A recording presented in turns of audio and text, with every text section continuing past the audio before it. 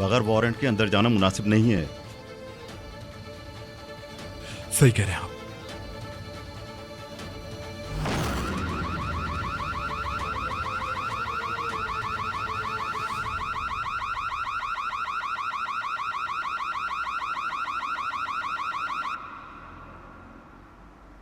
Password कैसे पता था? तुक्का लगाया भाई। हैं? बस मैंने 8328 लिखा और हो गया। ये क्या है? इसका मतलब विदात है। मैं इस आदमी की सोच बहुत अच्छी तरीके से जानता हूँ, इसलिए अंदाजा लगाया। फौरन घर के चारों तरफ की तलाशी लो।